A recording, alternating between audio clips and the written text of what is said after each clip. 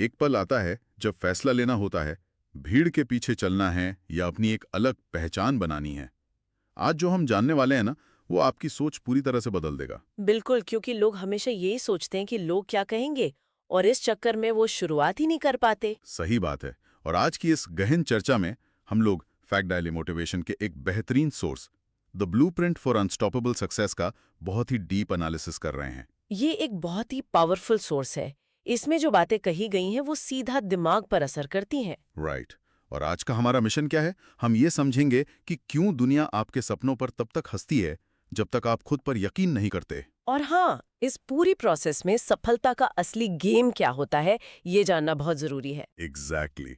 तो okay, let's unpack this. Source के हिसाब से शुरुआत हमेशा अकेली होती है। लोग आकर पूछते हैं कि ये रास्ता तुम्हें कहीं नहीं ले जाएगा। हाँ, कोई साथ नहीं देता शुरुआत में, सब सवाल उठाते हैं। वही ना, कैसे करोगे, क्यों करोगे?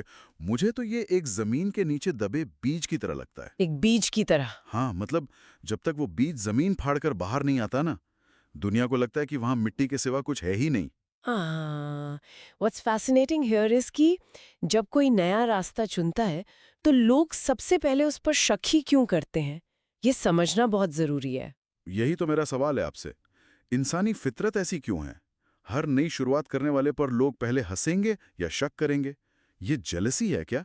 देखिए, अगर इसको थोड़ा बड़े नजरिए से देखें तो ये सिर्फ जेलसी नहीं है, ये हमारे एवोल्यूशन से जुड़ा हुआ है। एवोल्यूशन से? वो कैसे? हजारों साल पहले जब इंसान कबीलों में रहते थे, तब भीड़ से अलग जाने का मतलब होता था खतरा।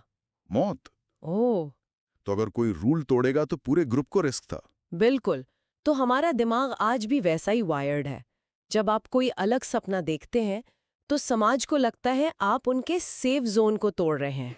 वेट, तो आप कह रही हैं कि वो जानबूझकर बुरा नहीं चाहते? हाँ, वो शक, वो हंसी, दरअसल उनका एक डिफेंस मैकेनिज्म है। सोर्स यही समझाता है कि दुनिया कभी आपके सपनों पर भरोसा नहीं करती। जब तक आप खुद नहीं करते। सही कहा। दुनिया को हमेशा प्रूफ चाहिए, और शुरुआत में आपके पास दिखाने के लिए कोई रिजल्ट नहीं होता। कोई डेटा नहीं होता शुरुआत में। एग्जैक्टली।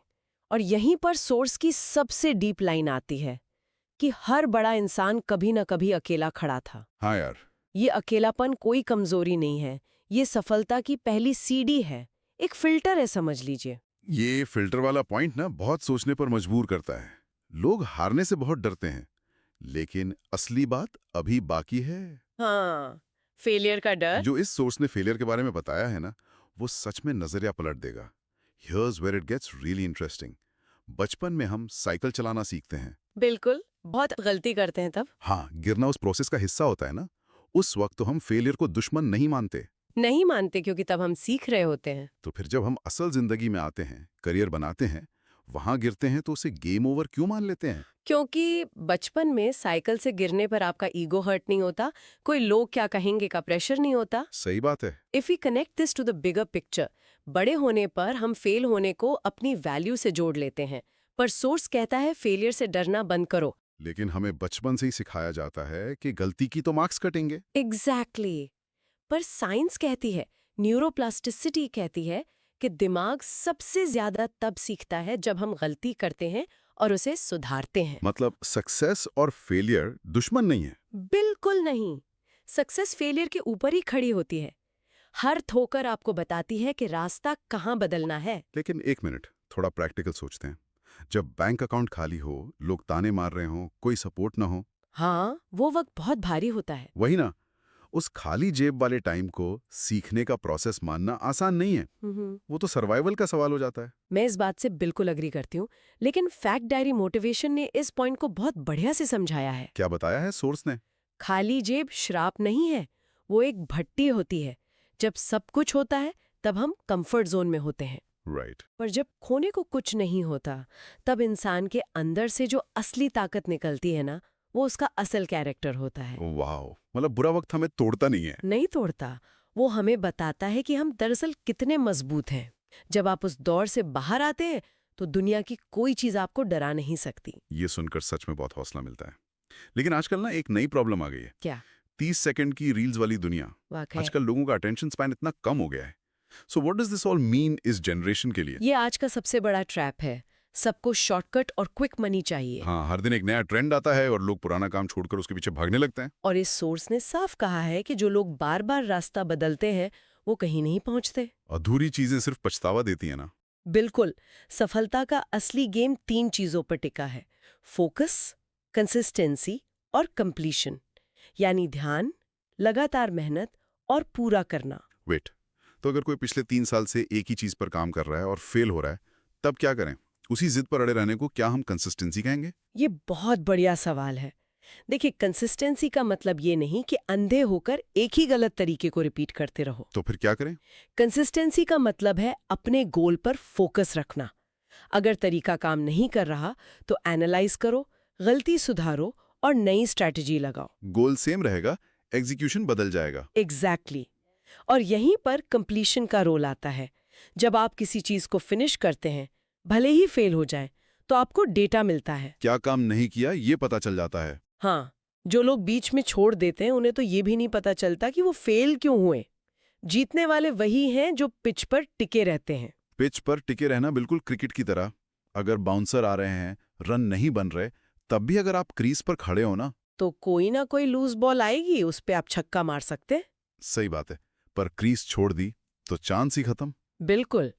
जब इंसान बिना भटके अपनी पूरी ताकत एक जगह लगा देता है तो दुनिया खुद उसके लिए रास्ते खोलने लगती है। लेकिन पिच पर खड़े होकर अगर उम्मीद करें कि अंपायर रन बनाएगा, तब तो आउट ही होंगे ना। सही कहा।